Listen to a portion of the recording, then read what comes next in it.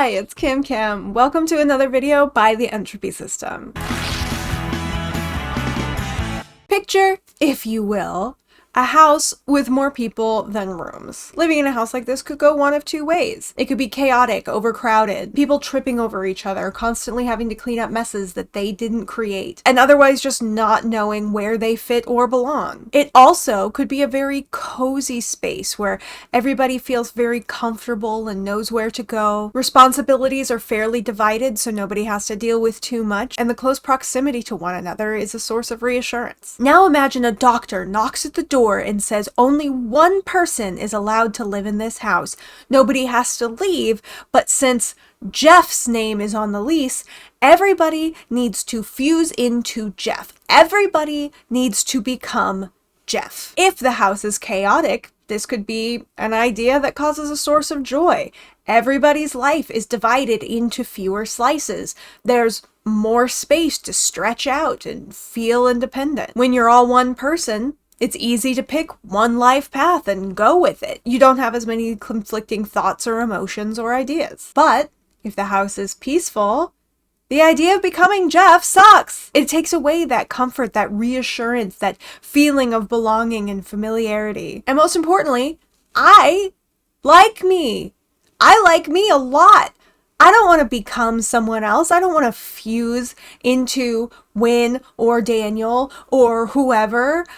I want to exist as Kim. I think I'm cool. The discussion on whether or not systems should pursue final fusion or functional multiplicity as their healing goal can get pretty heated. There are very strong opinions on both sides, both within the DID havers community and the DID treaters community. Also, side note, while researching for this video, I discovered that the ISSTD refers to final fusion both as that and as unification, which I like a lot more. It sounds a lot more hopeful and happy and a lot less doomsday, so I think I'm going to adopt that into my vernacular instead. But if you read into the guidelines for treating DID in adults written by the ISSTD, which stands for the International Society of Trauma and Dissociation, they're kind of like the #1 group when it comes to study and treatment guidelines for this disorder. They list final fusion or unification as a desired outcome for treatment, not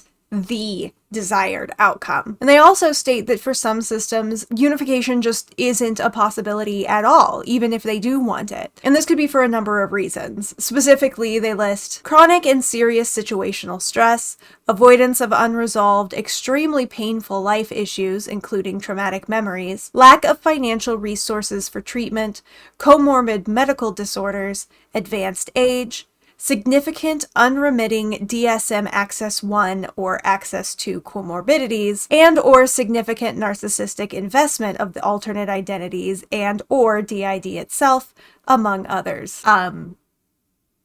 Harsh? Much? I prefer the wording, I love myself as I am, but I guess narcissistic investment in alternate identities works too.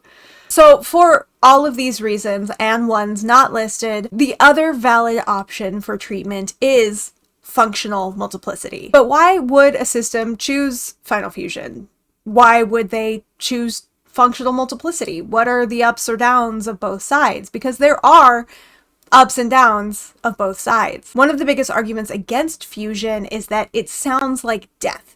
And I want to make very clear that fusion is not death.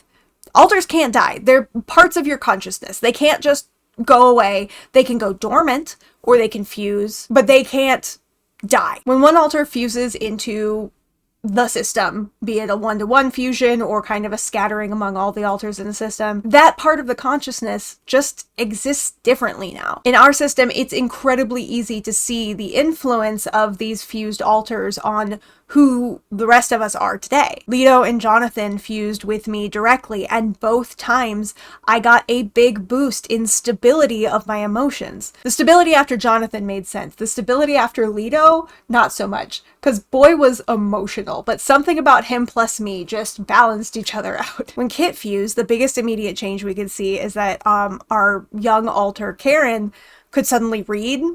She was not good at reading before. Like, she had to sound out words like a little kid, and now she could read novels like anyone else our age. Most of the alters in our system were very excited to fuse. Leto, Jonathan, Mistletoe, Abigail, Todd, Josh, and a bunch of fragments under Abigail's care that we just called the fragments in the forest. We never really got to know them, but it was her job to help all those little bits and pieces that had chipped off as a result of trauma to fuse into us. All of them felt a joy and a wholeness as a result of fusing. And I want to emphasize again, fusion is not death. Deciding to fuse is not the same as deciding to, like, you know, self-yeet yourself. I know that there was distress when Leto publicly disclosed that he was considering fusing. People saw that as an equivalent of, oh, well, I just don't want to exist anymore. Fusion is not bad. Fusion is not death. Fusion is a coming together,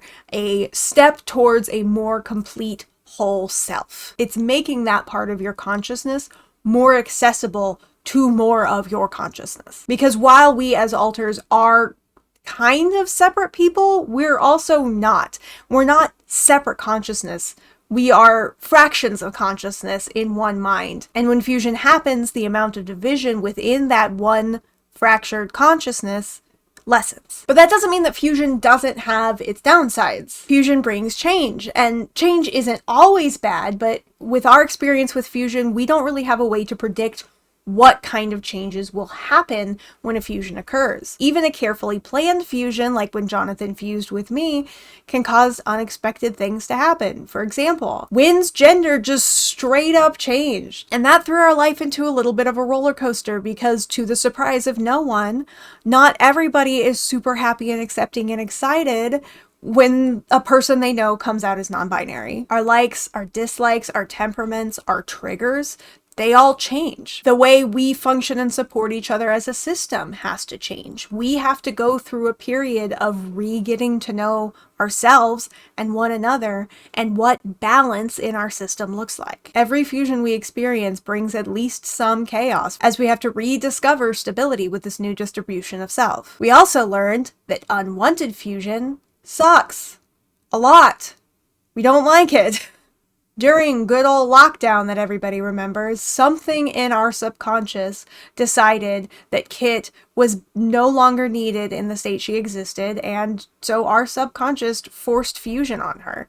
She didn't want it, we didn't want it. Everyone in the system actively fought this in hopes that we could prevent it from happening, but we couldn't. And now, we don't miss the alters that chose to fuse. We have fond memories of how they used to exist, but there is a happiness surrounding the idea of their fusion. We miss Kit deeply. It feels like there's a hole where she used to be. And now we see how she has influenced us. We know for sure she's fused and not just dormant because Wynn took on a lot of her personality traits. Karen, like I said, learned to read. And eventually our subconscious decided it actually did need a snarky, back-talking risk taker and gave us Blitz. The closest thing to a Control Z that we probably are ever gonna get. But we, to this day, mourn Kit as she existed.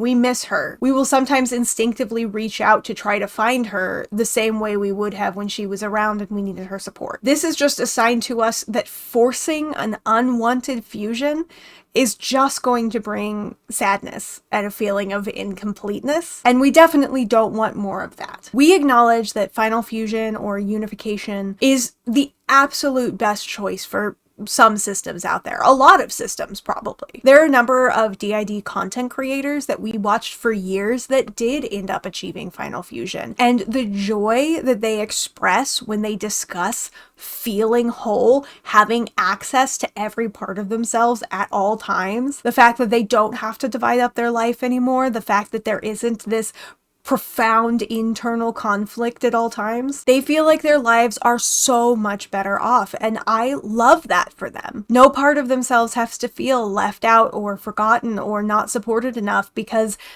all parts of self are together now. But that's not what we want for ourselves. We choose functional multiplicity.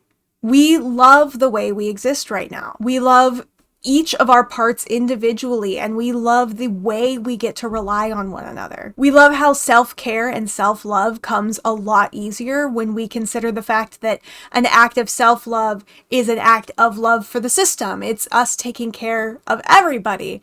And it's a lot easier to do that than find the motivation to take care of ourselves sometimes. We love the unique way that we get to connect to our friends. Daniel gets to go bro out. The littles come out to have coloring sessions or play Pokemon. I get to be the snarky horror friend. Wynn gets to be the cozy autumn friend. Disclaimer, Wynn likes horror just as much as me, but like, Wynn's the autumn friend. I'm the Halloween friend. Now, we could be all of these things at once if we fused, but we like the way that these traits saturate in ourselves and we get to experience how that saturation affects our lives. I think the best way to describe it is the way the Gianu system described it on their TikTok after achieving final fusion. They said that achieving final fusion is like taking a bunch of herbs together and creating a very complex tea where you taste all those notes, all those herbs, those florals at once. But we like existing as separate herbs, and we like the way that we get to season our lives that way. We love this little house that we've built together. We love the flow and the way we get to exist. We have found stability here, and we don't want to become Geoff. But that's just us. That is our choice for ourselves. What about you guys? To all of our system viewers, what are your thoughts? Final fusion or functional multiplicity? Do you think final fusion or unification is even an option for you? Why or why not? And if you're looking for other systems to discuss these ideas with, we'd like to recommend our video sponsor,